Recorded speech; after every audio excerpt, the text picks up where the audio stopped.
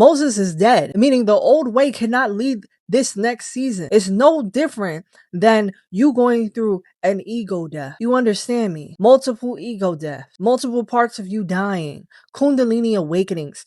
You feel me? The version of you that needed wilderness instruction cannot be the same version of you that inherits the land. And I tell you guys this all the time. Your spiritual inheritance will not be released to you until you become the version of yourself that the check was written to. The you before the womb. The you that was shaped in the womb.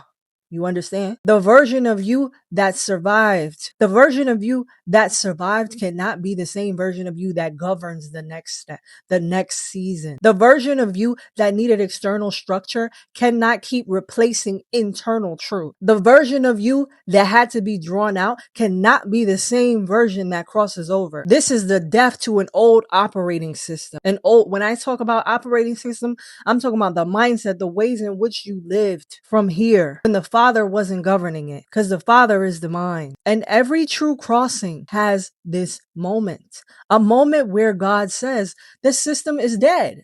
The coping mechanism is dead. That identity is dead. That way of surviving is dead. That version of you, it got you here, but it cannot take you there. Now rise. Okay. And this is where trauma hacking enters. All right. This is my time to shine. This is my time to shine because I'm all about trauma hacking. That is something that I do specifically. Okay. Because the old operating system did not appear out of nowhere. It was built through sequence. That's why I said you guys have to hack your trauma. Okay, there are sequences, there are codes built inside of what you're doing. There are patterns. Trauma is the breach. The wound is where the distortion entered.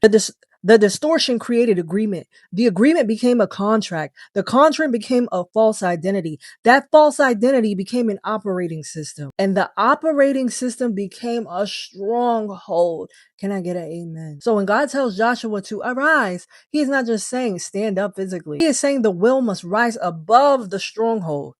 You feel me? The will must arise. The will must rise above the wound that was once governing.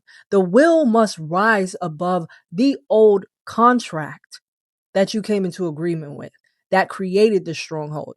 The will must rise above the false identity, the version of you that was pretending, walking around with survival in your system, acting as you. The will